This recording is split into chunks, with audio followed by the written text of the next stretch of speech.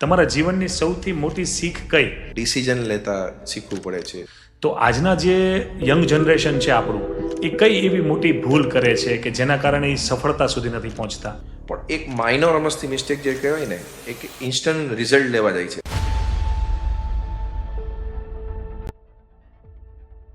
કે 1000 કરોડનો બિઝનેસ ચાલે છે. મેં હમણાં રિસેન્ટલી કશે વાંચ્યું હતું કે યુએસમાં તો 12 વર્ષ પછી છોકરાને અલગ મૂકી દે કે તારે તારું કરવાનું. ઓકે, ઇન્ડિપેન્ડન્ટ, કે જ્યાં તું તારું કર તારે નાખે. જે કરવું એ કર. જેમ ફ્રેન્ચાઇઝીની આપણે વાત કરી એ પ્રમાણે સાગર પરફ્યુમની ફ્રેન્ચાઇઝી લેવામાં રિસ્ક કેટલો? જે માણસ આપણી આજે ફ્રેન્ચાઇઝી લઈ તો કાલે એ બીજી ફ્રેન્ચાઇઝી લઈ, ત્રીજી ફ્રેન્ચાઇઝી લઈ, એવો જ અમારો ગોલ છે કે દુકાને જવાનું, વાતચીત કરવાની, આપણું કોઈ ઓળખતા તો હોય જ નહીં એટલે આપણે એમ પૂછીએ, સાહેબ અમારું પરફ્યુમ તમે રાખશો? કહેવાય ને કે સ્ટ્રગલથી મને એક તો જાણવા મળ્યું છે કે નથિંગ ઇઝ ઇમ્પોસિબલ. કે બિઝનેસ છે એ આખો પડી ભાંગે અને બંધ થઈ જાય ને શૂન્યથી પાછું સર્જન કરવાનું થાય તો તમે કઈ એવી ભૂલો નહીં કરો?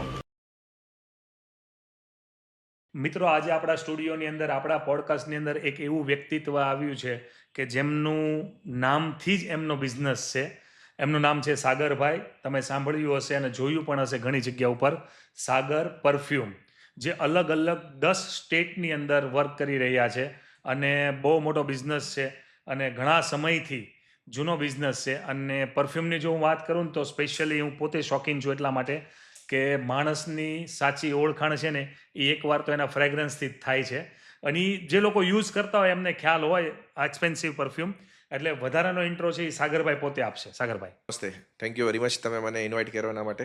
અને મારો ઇન્ટ્રોનું વાત કરું તો મારું નામ સાગર છે. હું સાગર પરફ્યુમનો ફાઉન્ડર એન્ડ સીઈઓ છું. અમારે છેલ્લા 20 વર્ષથી પરફ્યુમ ઇન્ડસ્ટ્રીમાં સેવા આપી રહ્યા છે. મારી શરૂઆત એકદમ નાના પાયેથી થઈ છે. 10 બાય 10ના એક નાના એવા રૂમથી અમે શરૂઆત કરી હતી. 5000 જેવી પૂંજી હતી એ લગાડી અને અમે અમારું સફરની શરૂઆત કરી હતી. આજની વાત કરું તો આજે અમે 50,000 સ્ક્વેર ફૂટમાં અમારી પાસે ફેક્ટરી છે. હજી પણ એક્સપાન્શન થાય એટલી જગ્યા પણ અમારી પાસે છે. અમે 10 સ્ટેટમાં કામ કરીએ છીએ અને 2 અમારા સ્ટોર છે. ઓનલાઈન અમે કામ કરીએ છીએ અને 2 જગ્યાએ એક્સપોર્ટ પણ કરીએ છીએ. ઓકે, 5000થી શરૂઆત કરી હતી. તમે જેમ કીધું એ પ્રમાણે કોઈ પણ બિઝનેસ છે એ એક નાના વિચારથી અને એક 10 બાય 10થી જ ચાલુ થતો હોય છે. અત્યારે 5000થી ક્યાં સુધી પહોંચ્યા છો? અત્યારે આ વર્ષે અમારું રન રેટ 10 કરોડની આસપાસ છે. ઓહો, પરફ્યુમમાં! Yes yes. ગ્રેટ ગ્રેટ, બહુ સારું કહેવાય. સાગરભાઈ, મારે તમને એક બીજો સવાલ પૂછવો તો તમારા જીવનની સૌથી મોટી શીખ કઈ કે જે સ્કૂલમાં કોઈ દિવસ ન મળી હોય? જો સ્કૂલમાં છે ને ભણતર ભણાવે છે અને સ્કૂલની બહાર છે ને ડિસિઝન લેતા શીખવું પડે છે, ધૈર્ય શીખવું પડે છે. આ સૌથી મોટું જીવનમાં મને શીખ મળી છે કે તમારા ડિસિઝન લેવું અને એના પર લાગી રહેવું, આ મોટી શીખ છે જીવનની. ઓકે, બિઝનેસને સફળ કરવા માટે સૌથી મોટી વસ્તુ છે. અને સ્કૂલની અંદર તો ઘણીવાર એવું હોય કે જે ભણતર હોય એ જ ભણાવવાનું હોય. જ્યારે માર્કેટમાં બહાર નીકળે ત્યારે સાચું ખબર પડે. આટલા બધા તમે સક્સેસ છો, તમે કીધું એ પ્રમાણે કે 5000થી આટલા કરોડ સુધીની સફર તમે કરી, તો એની અંદર તમારું શું માનવું છે? મનની શાંતિ માટે પૈસા જરૂરી છે? એ માટે તો પૈસા ગૌણ વસ્તુ છે. મન સ્થિર હોવું જોઈએ અને મન શાંત હોવું જોઈએ. એ જ મહત્વનું છે. તો જ એ પૈસા તમારા કામના છે. બાકી તો કોઈ પૈસા કામના નથી અગર મગજ શાંત નથી તો તમારો એમ. આજના જનરેશનની અંદર હરેક લોકોને બધાને બિઝનેસમેન જ બનવું છે અને બધાને બિઝનેસ જ કરવો છે. તમે 20 વર્ષથી આ બિઝનેસ કરો છો, તો આજના જે યંગ જનરેશન છે આપણું, એ કઈ એવી મોટી ભૂલ કરે છે કે જેના કારણે એ સફળતા સુધી નથી પહોંચતા? આમ તો આજનો યુવા ખૂબ જ ટેલેન્ટેડ છે અને હું એને ભારતનો નેક્સ્ટ જે ફ્યુચર કહેવાય એ ભાવિ જ કહેવાય આપણું, મતલબ કે ભાવિ ફ્યુચર છે. એટલે એને હું કોઈ ખરાબ દ્રષ્ટિએ તો નથી જોતો. પણ એક માઇનોર મસ્તી મિસ્ટેક જે કહેવાય ને, એક ઇન્સ્ટન્ટ રિઝલ્ટ લેવા જાય છે. આ એક હું મિસ્ટેક જોઈ રહ્યો છું. Shortcut, yes. શોર્ટકટ કહો કે ઇન્સ્ટન્ટ રિઝલ્ટ જે કહેવાય એ એક હું એનામાં જોઈ રહ્યો છું. જેમ જલ્દી 5 મિનિટમાં મેગી બની જાય એવું પ્રિય છે ને, કે જલ્દી ફટાફટ વોટ્સઅપ આવી જાય તો મેલથી દૂર ભાગે છે. એટલે જે ધીરજ શક્તિ છે ને એ યુવા આજનો થોડો ગુમાવી રહ્યો છે એવું મને ફીલ થાય છે. કારણ કે એ લોકો કોઈ પણ વસ્તુ સ્ટાર્ટ કરે ને તો ગીવ અપ જલ્દી કરી લે છે, કારણ કે એને એમ લાગે છે કે ભાઈ આમાં તો કાંઈ નહીં હોય, એટલે મને તો તરત જ જોઈએ રિઝલ્ટ એમ. અને સફળતાનું સ્લોગન છે કે મિનિમમ તમે કોઈ પણ શરૂઆત કરો ને તો 3 થી 5 વર્ષ સુધી એમાં લાયગા રહ્યો તો જ તમને સફળતાનો સ્વાદ ચાખવા મળશે. બાકી પહેલા બીજા વર્ષે તો તમને એ દૂર દૂર સુધી સફળતા દેખાતી ખાલી એક્સપેરિમેન્ટો કરતા હોય. યસ, એક્સપેરિમેન્ટો. સફળતાની તો વાત આપણે બહુ સરસ રીતે તમે કરી. હવે ઘણીવાર એવું થાય છે કે લોકો તો સફળ થવા માટે જ તે મહેનત કરતા હોય, પણ નિષ્ફળતા મળે છે, એટલે કે ફેલ થઈ જાય છે. તો જ્યારે કોઈ માણસ ફેલ થાય તો ત્યારે એને માર્કેટમાં ઊભું રહેવા માટે શું કરવું જોઈએ? સફળતા પણ તમારા અંદરથી જે આત્મવિશ્વાસ, કોન્ફિડન્સ હોય ને એ જ એનાથી જ મળે છે. અને નિષ્ફળતાનો સામનો પણ આત્મવિશ્વાસથી જ કરવો જોઈએ. Self confidence. તો જ તમે કોઈ પણ નિષ્ફળતામાંથી બારે નીકળી શકો. અમારું જીવનનું સ્લોગન છે કે અંધારા પછી અંજોળું આવે જ છે. અરે વાહ, આ અમે અમારા જીવનમાં એપ્લાય કર્યું છે. ગમે એવી અંધારામાં હોય ને તો અમે શાંતિથી બેસી જાય છે. અમને ખબર જ છે કે એકવાર સૂરજ તો ઉગવાનો જ છે. Great great. આજે પરફ્યુમની આપણે વાત કરીએ તો આજે કેટલી પ્રકારની અલગ અલગ પરફ્યુમની બનાવટ તમે કરતા હશો? અમારી પાસે છે ને ઓલમોસ્ટ 200 SKU છે ટોટલ, અને 65 થી 70 વેરાયટી છે. પરફ્યુમમાં વાત કરું તો અમે પરફ્યુમમાં શું બનાવીએ છીએ, તો એક તો અમારું પરફ્યુમ થઈ ગયું છે, એ જે લોકોને ખબર જ છે. પછી અમે એક એર ફ્રેશનર, કાર ફ્રેશનર જે તમે વાપરતા છો એ કારમાં ઓફિસમાં કે હોમમાં પણ યુઝ કરી શકો, એ બનાવીએ છીએ. એક ડિઓડ્રન્ટ બનાવીએ છીએ જેની ઇન્ડસ્ટ્રી બહુ ફાસ્ટેસ્ટ અત્યારે યંગસ્ટરમાં પોપ્યુલર છે. અને એક ટ્રેડિશનલ પણ બનાવીએ છીએ કે રોલોન, જે જૂના લોકો વાપરતા, હવે યંગસ્ટર રોલોન પણ વાપરવાના ચાલુ થયા છે. એ લોકોને રોલોન તરફ પણ અટ્રેક્શન થયું છે કેમ કે એમાં થોડું નેચરલ ઓઇલ આવે છે, એટલે લોકોને છે ને વધારે ગમવા લાગ્યું છે. આજે પેલું રોલ કરીને થતું એ ટાઈપનું. હા, અત્તર. ઓરિજિનલ ફોર્મ કહેવાય એને. એકદમ. યસ. પછી મેં એવું પણ સાંભળ્યું છે કે મારા પાર્ટનર છે ને તમારો પરફ્યુમ યુઝ કરે છે, એટલે કે તમે મેન્યુઅલી કોઈ એવી ફ્રેગ્રન્સ હોય કે જે તમારી પાસે લાવીએ તો એવું બની જાય. ઇન્સ્પાયર બાય કહેવાય. એ અમે સ્ટોર પર, સુરતના એક સ્ટોર ઉપર અવેલેબલ કર્યું છે.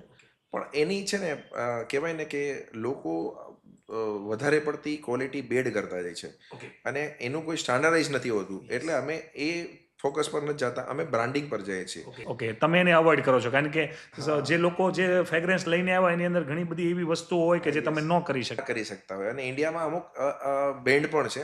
ઇફરા ઇન્ડિયાની એક લીડિંગ ફ્રેગ્રન્સને કંટ્રોલ કરતી એજન્સી છે. એ લોકોએ અમુક કેમિકલ ઇન્ડિયામાં બેન્ડ પણ કર્યા છે, ઇફરા કરીને. તો એની હિસાબે અમે એને અવોઇડ કરીએ છીએ. અને અમારું લાસ્ટ 5 વર્ષથી જ્યારે સ્ટોર ખોલ્યા ને એ પછી અમારી એક જાવા કરીને ફ્રેગ્રન્સ ખૂબ જ ફેમસ થઈ ગઈ છે. તો અમે ફોકસ પછી બીજેની કંપની કરતાં અમે અમારી પ્રોડક્ટ પર કરવાનું વધારે ડિસાઈડ કર્યું કે ચલો આપણું જ ચાલે છે. અને લોકો આપણું માર્કેટમાં કોપી કરવા જાય છે, આપણું લોકો માર્કેટમાં લઈને જાય છે કે આ અમને બનાવી આપો. પણ એ બને નહીં. ના બને. એ બને નહીં, કારણ કે એ બધી તમારી સ્પેશિયાલિટી હોય છે. યસ. સાગરભાઈ, ઘણા સમયથી તમે જોડાયેલા છો બિઝનેસની સાથે, એટલે ઘણા બધા લોકોની સાથે તમારું મળવાનું થતું હશે. પણ એક એવો સવાલ છે કે જે મારા બધા જ પોડકાસ્ટની અંદર હું પૂછું છું ગેસ્ટને, કે સોસાયટી છે તો સોસાયટીની અંદર સમાજ જે આવે તો એની અંદર આજકાલનું જે પણ યુથ છે એ લોકોને એના પેરેન્ટ્સ એવું કહેતા હોય વારે વારે કે તું આમ ન કર, લોકો શું કહેશે, તું તો તેમ ન કર, લોકો શું કહેશે. તો આજે લોકો શું કહેશે એના વિશે તમારું શું કહેવું છે? સૌથી મોટો ડર છે ને એ મગજમાં લોકોને આ જ છે કે લોકો શું કહેશે. અને એનાથી જ મતલબ એ ડરથી જ લોકોના માઇન્ડમાં સારા સારા વિચાર છે ને ઇમ્પ્લિમેન્ટ નથી થતા. અને સારી સક્સેસફુલ જો વ્યક્તિત્વ બહાર ન નીકળતું હોય ને એનું એક મેઇન રીઝન છે ને આ છે, લોકો શું કહેશે.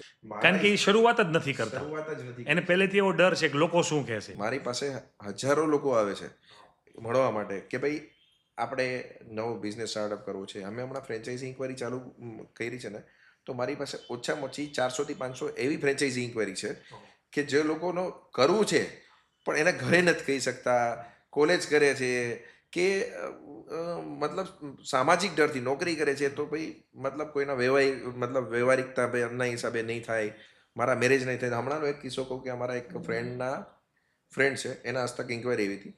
તો એ બધું ફાઇનલ છે, એને અડાજણમાં સ્ટોર પણ ખોલવો છે, બધું કમ્પ્લીટ છે. પણ એના ઘરેથી એમ કહે છે કે તારા મેરેજ થાય ને પછી કરજે.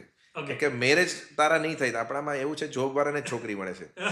હવે વિચાર કરો, આટલું મતલબ બિઝનેસ કરતા હશો તો મેરેજ નહીં થાય. નહીં થાય. એટલે આટલું ડરથી તો કઈ રીતે લાઈફ ગુજારી શકાય એમ. એવું નથી હોતું.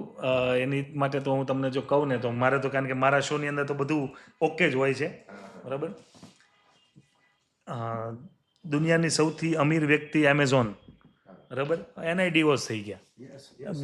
મિલેનિયર હોય અને પરફ્યુમના બિઝનેસથી જો કદાચ મેરેજ ન થાય તો કાલે ઉઠીને કદાચ એવું હોય કે 1,000 કરોડનો બિઝનેસ ચાલે છે અને મેરેજ થઈ ગયા, તો એ ટકવાના છે કે 1,000 કરોડના બિઝનેસમાં થોડો એનો એગ્રીમેન્ટ એની હોય. કોઈ ગેરંટી વોરંટી છે જ નહીં એમ. તમે જેમ કીધું એમ રિતિકને એનો બચપનનો ક્રશ હતો, એ પણ છોડીને મતલબ છૂટા થઈ ગયા બે.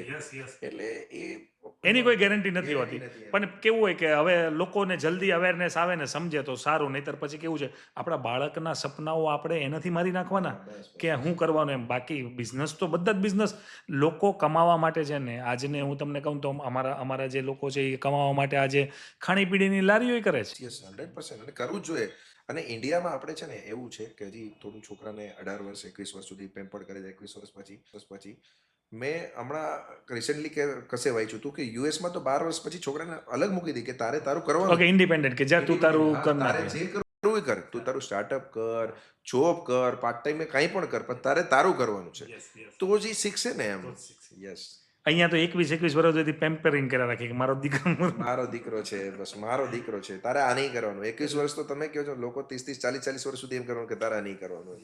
હજી પણ ફાધરને પૂછીને ડિસિઝન લેતા હોય એવા લોકોને મેં 40 વર્ષ સુધી જોયા છે. તો શું કરીએ કે જીવન અડધી જિંદગી પતી ગઈ પછી તો હું. યસ. સાગરભાઈ, પરફ્યુમનો બિઝનેસ કરો છો તમે કીધું એ પ્રમાણે, તો જે સુગંધ છે, જે ફ્રેગ્રેન્સ, એ માણસના જીવનમાં કેવી રીતે જોડાયેલી છે?